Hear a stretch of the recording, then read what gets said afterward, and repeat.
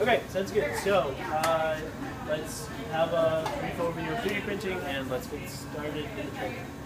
So 3D printing is an additive manufacturing process. So as compared to drilling, machining, or turning, where you remove material from like a piece of stock to add value to it, 3D printing works by adding and building up your part, your model, in layers.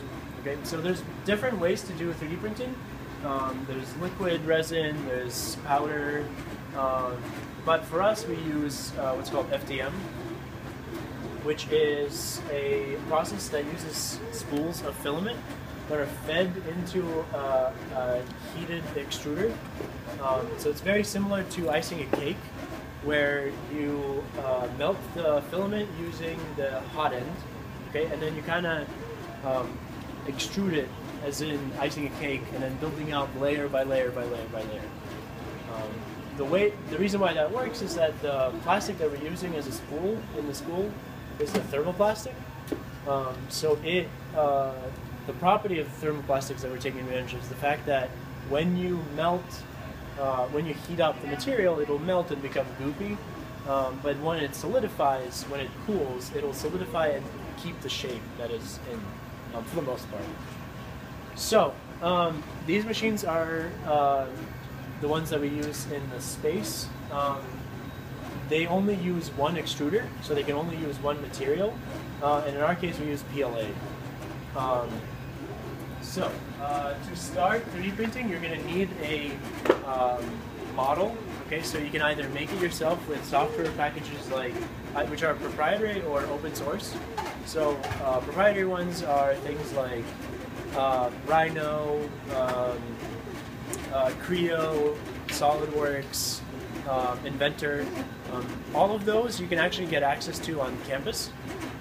But at the same time, there are a lot of free ones, free and open source ones, such as SketchUp, Blender, OpenSCAD, Mesh Mixer. All of those you can get your hands on and make your part. What you want to end up with when you're trying to design a model is an STL file. So what it will have is a mesh, a collection of points which make up your model, whatever your part is.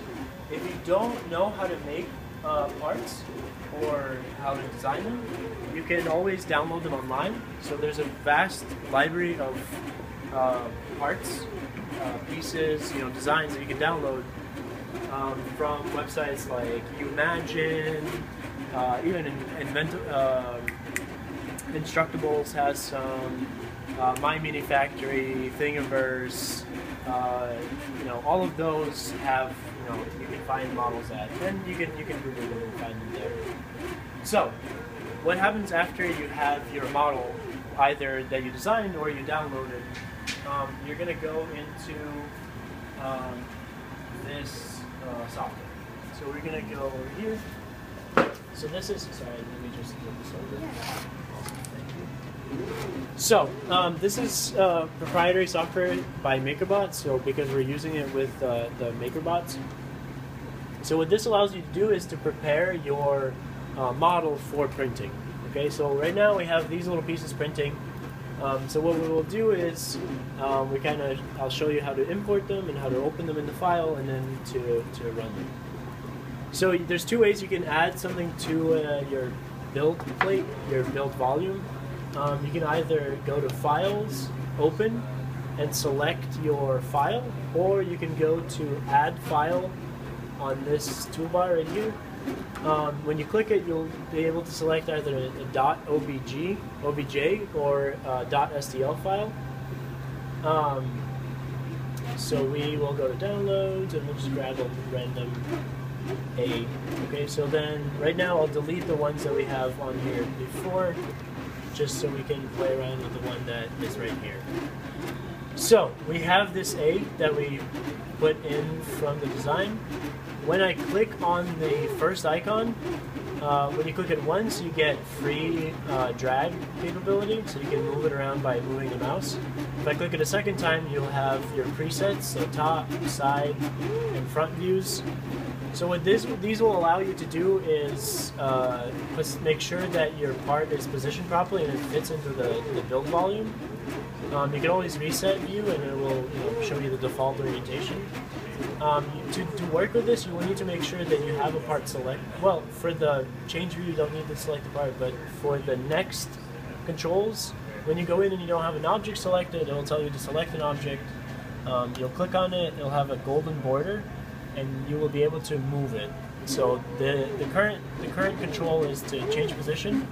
You can either do it by clicking or typing in the values, or you can drag it again by moving it around. If we go to the preview and change the top, we can see that this won't fit on the bed anymore. So we'll go back to change position and then click center. So this is a very useful tool if you're accidentally moved your part too far or something happened to it. It'll allow you to center your part. At the same time, if you have the part raised off the platform, it could cause problems because then the part will either fail, or it will give you an error, or it will build in support material, which in this printer is made up of the same material as your model, but it is very thin, so you can break it away. So which is why it's called breakaway support.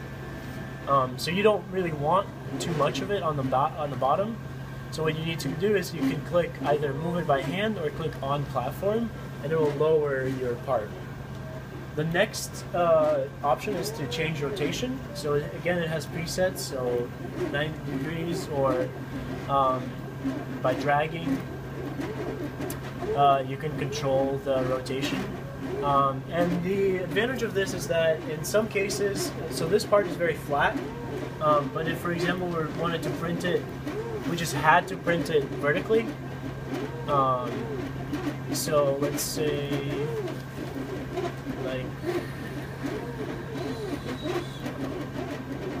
let's say we had to print it vertically, or diagonally. So what we will do is we will rotate it.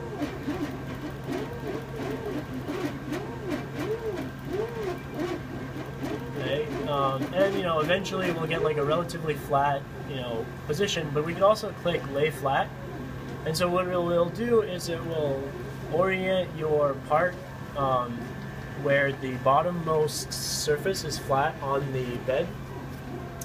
In this case, as you can see, it could be probably a terrible idea to print like this, because it will have to fill everything with support material. But there are cases in prints that benefit from orienting in a different direction. So what we're going to do is we're going to reset the view, and then we're going to reset the rotation. So we'll bring it as black, and then by hitting lay flat, I'll bring it back to the bottom and center. The difference between lay flat and on platform is that on platform just brings your part down, while lay flat will orient it also. So the last kind of setting that you can control your part with is scaling.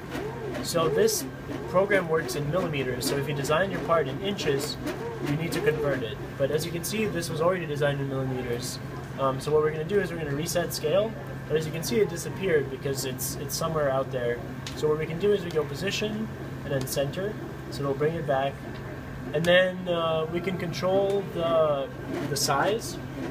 So for example, if I stood it up vertically, I could actually increase the size of this. But let's say we wanted it to be smaller, we can keep uniform scaling and then just click down. Let's say we're going to go down to 50%. Then we hit enter, and then it reduces the size to what we wanted. So this will be a pretty quick print, so we'll see how it goes. But so once you position, orient, and scale your part properly to what you want, what you're going to go do is go to settings on this bar, and this is where you control your printing settings. So this is where you figure out what layer height, what infill material you're using. So for the mini, we know that this is a mini because the printer that's selected it shows the print volume. So for the Mini, we can only print in standard, so we can only print in higher infill. So let's say like we'll hit default. So this is kind of the default. Layer height is 0.2 millimeters, infill is 10%, and we'll talk about these in a moment. So the layer height is how fine, how high the quality of your print is. So the finest our printers at the makerspace can go is 0.1 millimeters, and those are the replicators, which are the bigger printers. But for these machines, we can only use a layer height of 0.2. What that means is that the height of the layer of plastic is 0.2 millimeters. What that also means is that the number of layers is whatever the size of your print is divided by 0.2. What that translates to is that if you have a very high layer, like height resolution, you'll have a lot of layers, and therefore it'll take much longer to print because you're putting down more layers. If your layer height is, and that would be the case with like 0.1 layer height. But if you have a layer height of 0.4, it'll go much quicker because you have fewer layers to put down. But at the same time, if you have a layer height of 0.4, you will lose some of the fine kind of detail in your print. And if that's important to you, that's the trade-off you have to decide on. Next is the infill, and the infill is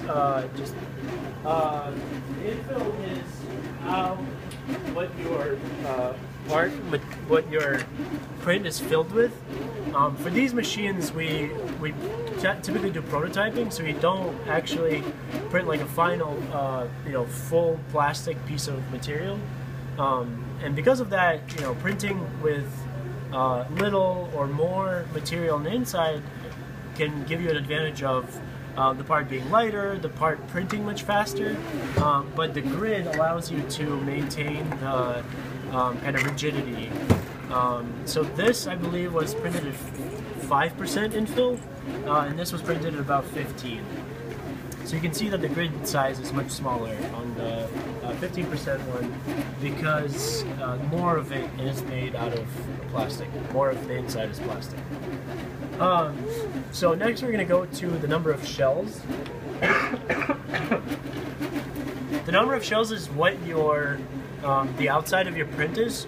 You can't put it below one shell because your model needs to be made out of something.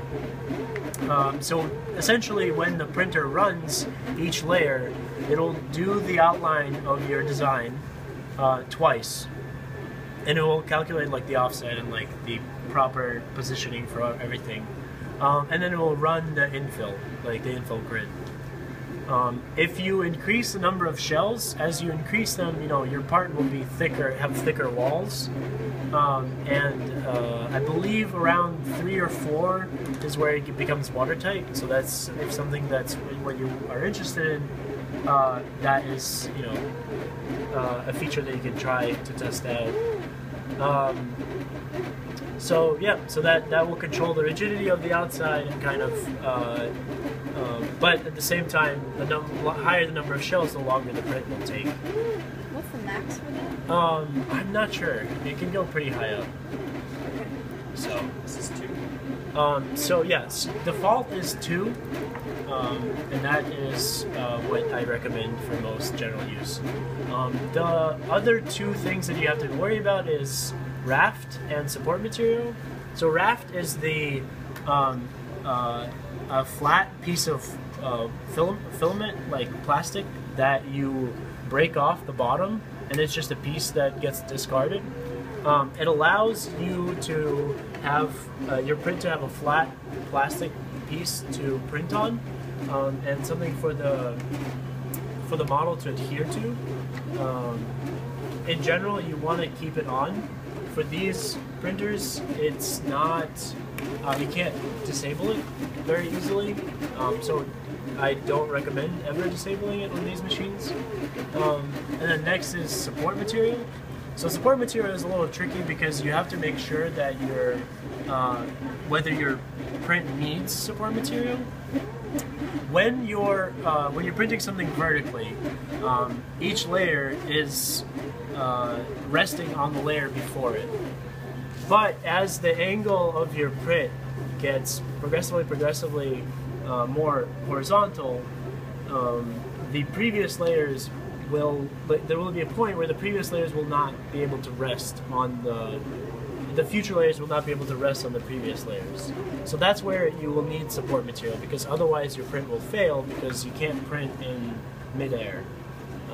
At the same time, if your print enables support material and the machine calculates where it needs to put the support material and adds the support material to your print, there are cases where you have internal structures that you can't get to break away the support material, because this is printed in the same material, so it's always breakaway.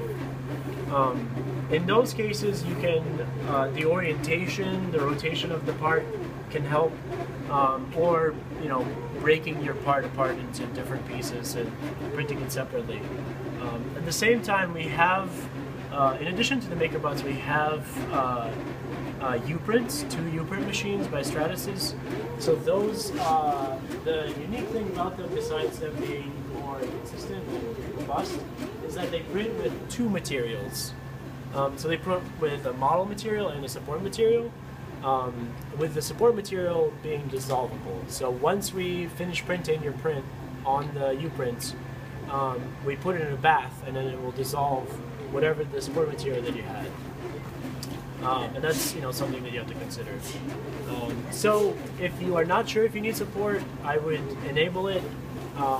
You can always print it again if it ended up not being useful. But there are cases where you are not sure, and not using the support material just makes your print fail. So we'll hit OK. So then now everything is considered to start printing. Unfortunately, this printer is currently in use, so we can't print it from our part. But when you're done setting everything up, you hit print, and it will send it to your printer, and it will slice it, which means it will convert your model to directions for each